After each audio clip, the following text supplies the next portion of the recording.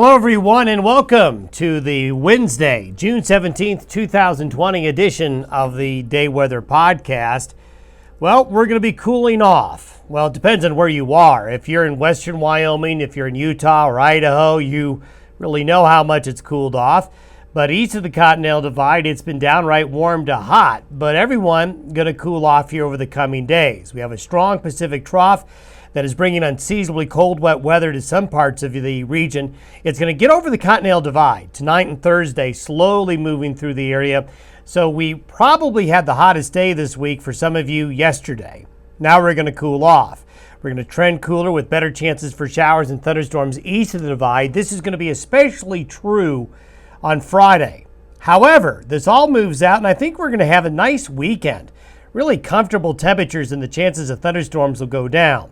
Now, dry areas remain a big concern. We'll talk a little bit about that in more detail here shortly.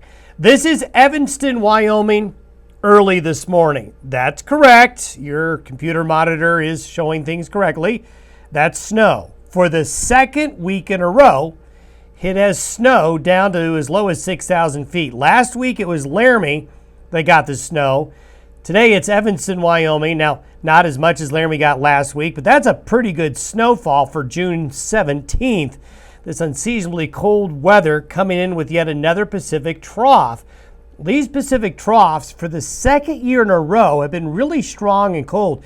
You know, a year ago, we had several episodes of snow in the Rockies last June. So this is the second year in a row this has happened, and it reminds me of, for those of you who remember the cartoon, Peanuts, when Lucy would always pull the football away from Charlie Brown right before he kicked it. That's kind of how our summer has been. Summer starts, it goes away, it comes back, and just when you think we can kick the football, it gets pulled out, and we have these storm systems and cold fronts coming off the North Pacific, keeping us in these wild swings of weather. Well, at least for this week, we've got another round of that with the system moving on through.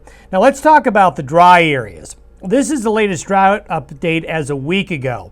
Couple of things to highlight. This area we've been talking about as being a concern. Southwest Kansas and southern Colorado, really a very dry pattern down there. And notice we also have a couple of other areas that have developed in the western areas of the Dakotas and across portions of Wyoming, central, north central, and northwestern Wyoming back to southwestern Wyoming, starting to see dry conditions develop. This is an area of concern right here for sure. This area here is getting some really good moisture right now, and they did last week. That's going to help out.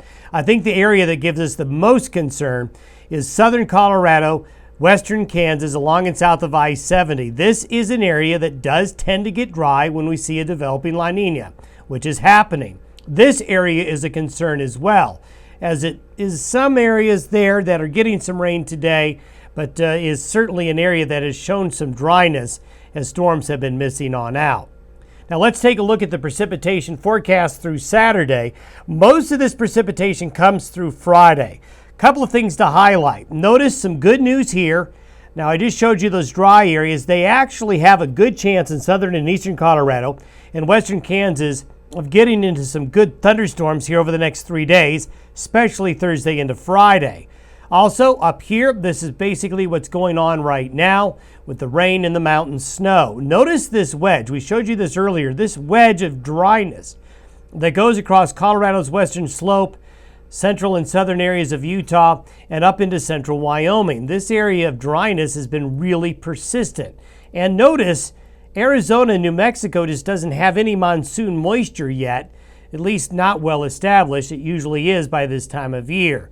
So along this area here continues to be an area of concern as we go into summer, along with this area here, despite the fact they will get some rain.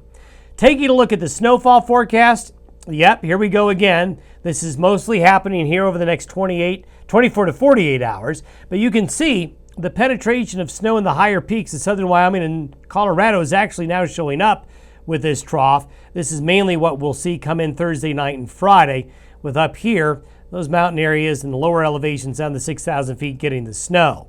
Now this is why. This is where we currently are. We've got the upper level low over Yellowstone Park. We've got a nice dip in the jet stream here, allowing the colder air to funnel in from, well, pretty far in northwest Canada. This is a slow-moving system, so it's going to take 3 days to move through. And this is what's left behind. These are the forecasted high temperatures for Friday relative to normal.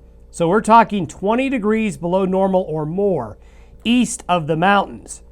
So areas yesterday that were in the 90s to near 100 or better may only be in the 60s for high temperatures by Friday, even some areas that'll just be in the 50s. This is where we are by Friday afternoon. The upper level low is more consolidated and dragging a trough eastward across the plain states out of the Rockies. You can see that a lot of the country cooling off here in this pattern. By the Monday time frame, high pressure gets better established over the desert southwest and the jet stream riding along in a more west to east fashion. However, we don't expect a rebound of this desert air to get pushed back in next week, and this is why. By next Friday, the westerly to west-northwesterly flowing jet stream won't allow that desert heat back in. So I don't think we're going to have this episode again of unseasonably cold, then unseasonably hot, then unseasonably cold. A little bit more of an even keel as the jet stream has a more west-northwesterly component heading into next week. Thanks for listening and watching the Day Weather Podcast. We'll talk to you on Thursday. Have a good Wednesday.